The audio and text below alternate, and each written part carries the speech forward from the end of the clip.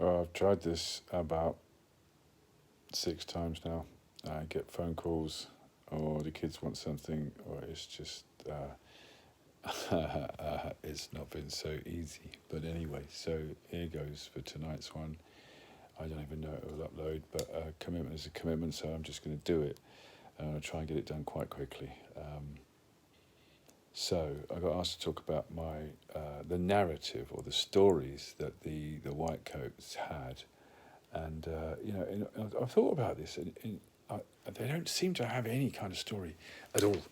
There's nothing going on.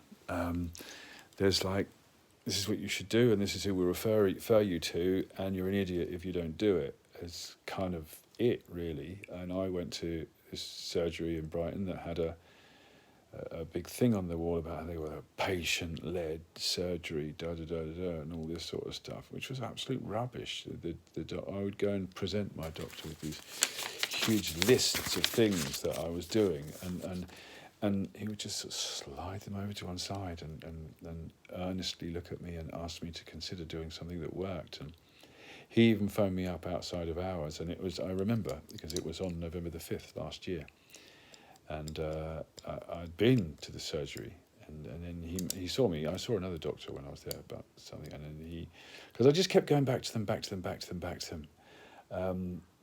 thinking that at some point they were going to turn around and actually have some respect for the choices I was making, because it's not that insane to try and do stuff to boost your immune system. It's not that, out of the box, for want of a better description. But never, not once, did any of them, either the White Coats or the people from Macmillan, that's another story altogether, at any point sort of pay any heed or give any kind of nod to the fact that I was actually doing something. I was doing a lot, and I was doing most of it off my own back, learning as I went. I did have a lot of support. I had people around me that were supportive, but essentially I had to make the choices and I had to do it.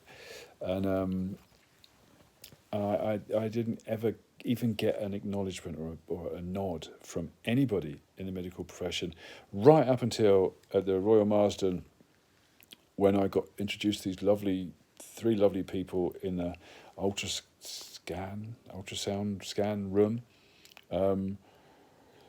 All of whom were of colour, one of whom told me the story of her husband, who'd been presenting himself for a number of years, and all that ever happened was, he was a middle-aged black man, and all that ever happened 5 times was they tested him for AIDS, and it transpired he had cancer, and he was doing kind of something similar to what I did. He was finding his own way anyway.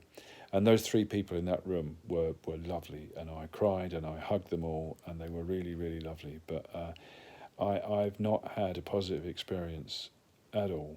I say positive, they were well-meaning and polite, but at no point did they attempt at any stage in any engagement with any of the medical people, and this of which there have been many, to kind of see things from my point of view, other than like you're just some reckless anarcho, big pharma hating loon, I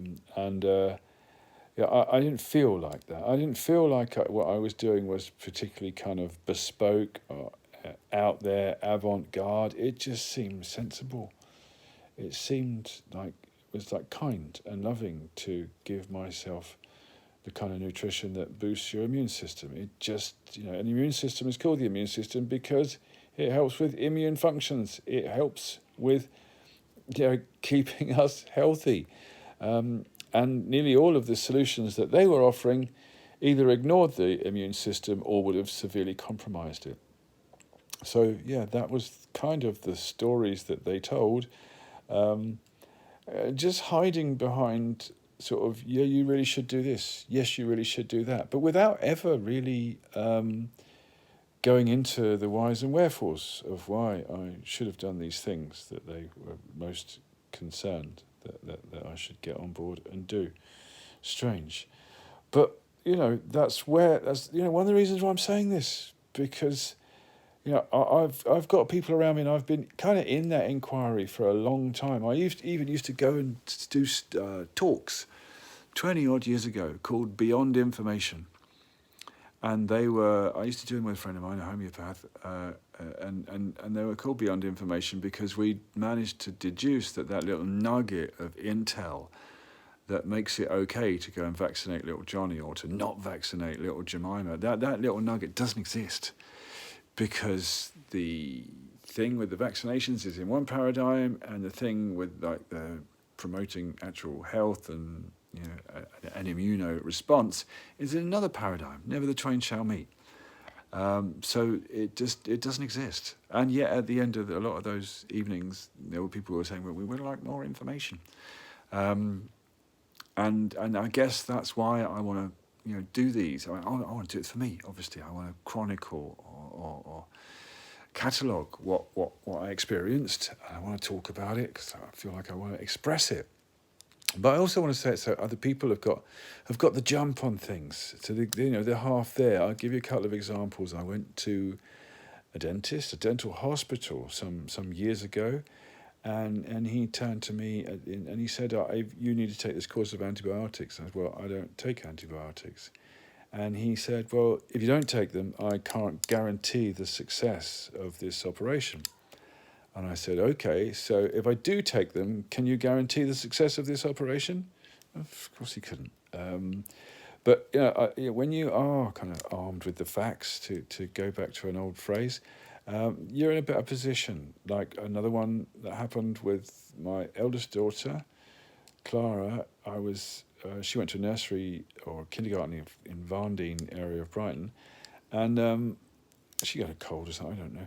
And we took her to a doctor, and he was like tapping her on the chest, and I'm sat over there, and he was saying to her, because your dad won't have you vaccinated, you're putting all of your friends at kindergarten rather, at risk. And I said, excuse me, but if you've got something to say to me, can you speak to me, not through my 3-year-old daughter? And, surely by your logic, if they are all immunised and she isn't she the one that's at risk? He didn't have anything to say. But I do get that most people just won't have that comeback. And a lot of people have so much respect for the white coats that because they are doctors, they are learned. That they would never even consider questioning. Oh, the doctor says. I used to hear it on a bus. Years ago, and I'd get on a bus and I used to listen to these old dears, and their conversation used to rattle along and da-da-da. They were lovely old dears. I used to love listening to them, but one of the familiar things, I had a bit of the old sciatica, but I went to the doctor, I got some pills, and they don't know what they're taking. Some pills, what are they? It's, and I think actually one of the reasons why I might not have had so much joy from the medical profession is because they have their own language, nuance, vernacular, just like every profession. And when somebody comes along and says, I'm really down with what you're talking about, then they feel threatened. I'll finish. I don't even know if I've said this because I've made this video like so many times now. I'll finish on this. When I was in East Surrey Hospital, after coming back from India, I'll tell the story properly, another one, but I want to keep this a little brief. Is that I ended up with typhoid, so I had cancer and typhoid at the same time. I know, I really do ring the bell.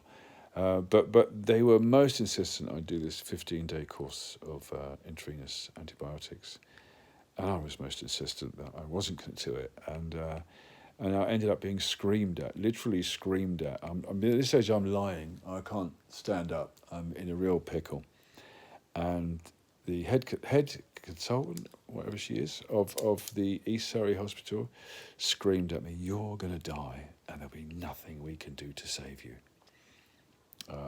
I haven't been back to tell her, actually, love, I'm still alive. Because I've got no interest in proving people wrong or anything like that. I just want to put this stuff out there so that others might think, okay, maybe I'll be able to find my way. Maybe I'll be able to find my way rather than just blindly following what people who are not exactly in the pay of Smith, Klein, Wellcome, Beecham, Roach, Rumble, or whoever else they've amalgamated and bought in the last few weeks, like these huge big pharma companies that sell all their medicines and what have you to our governments and are a huge profit.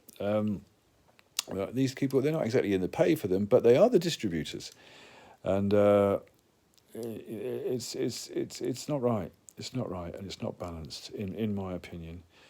But no hate. Let's keep it all positive. They know not what they do. They just don't. So, yeah, that's me on the White Coats and their stories, or lack of them. They didn't seem to have any narrative to back up the things they were telling me that I should definitely do and that I was being reckless by not doing. Anyway, go well, people, and stay peaced.